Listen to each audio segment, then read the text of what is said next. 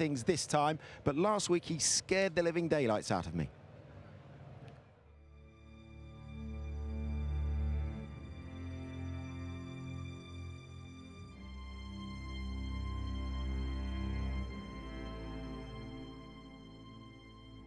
So here we are at Dunsfold, home of the Stig, and no, I haven't seen him.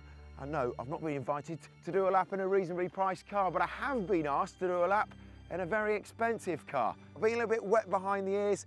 I thought it'd be a good idea to see what it takes to get around a circuit as fast as possible, and I think we've got the perfect teacher. Let's get ready and go and meet him.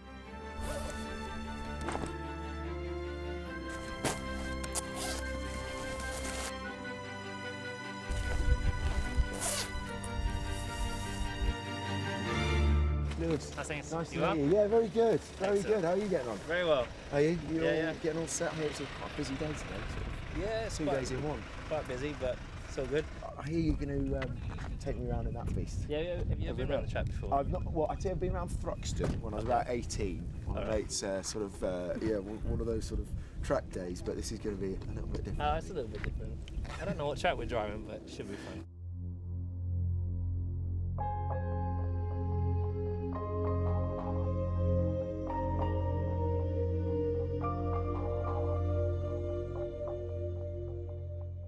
Should I start out?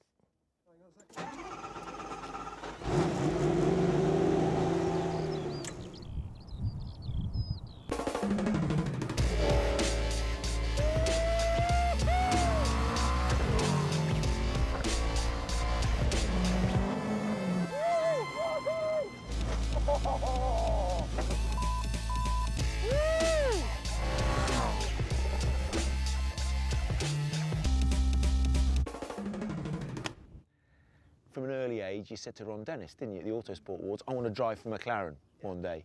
It led you to become, the youngest world champion, there ever was at the time. I mean, having achieved that so early in your career, I mean, how did it affect your life? How did it change your life at that age? Of course, it was an incredible feeling when we won the World Championship, but it didn't really sink in for quite some time. And it wasn't until people would just refer to you as the youngest world champion. That was probably the most significant part of it, being the youngest world champion. But the fact that I told Ron that I wanted to be world champion, and a Formula 1 driver world champion in his car, and the fact that I was, it was a dream come true, Yeah. Look, all a few problems that were well documented last year, you've come out, you've admitted them yourself. Of course, yeah, everyone has to go through the tough times, and it is a part of learning, it's a part of growing. Yeah, sure. I just want to go back to what you were saying. I think it was at Abu Dhabi. I think you said, look, I realised the need to have a decent support network around me. Yeah. So you made a couple of changes in the off-season. Was that specifically to address that reason, just to get a really nice crew around you? I wanted to be able to stand on my own 2 feet and be fully independent and be able to do the job on my own. But at the end of the day, you do need to have that good support around you.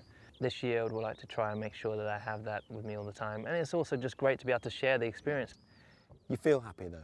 Yeah, absolutely. Just glad to have come out the other side, sort of fresh, clean slate. Let's get on with the race. It is a clean slate, hopefully.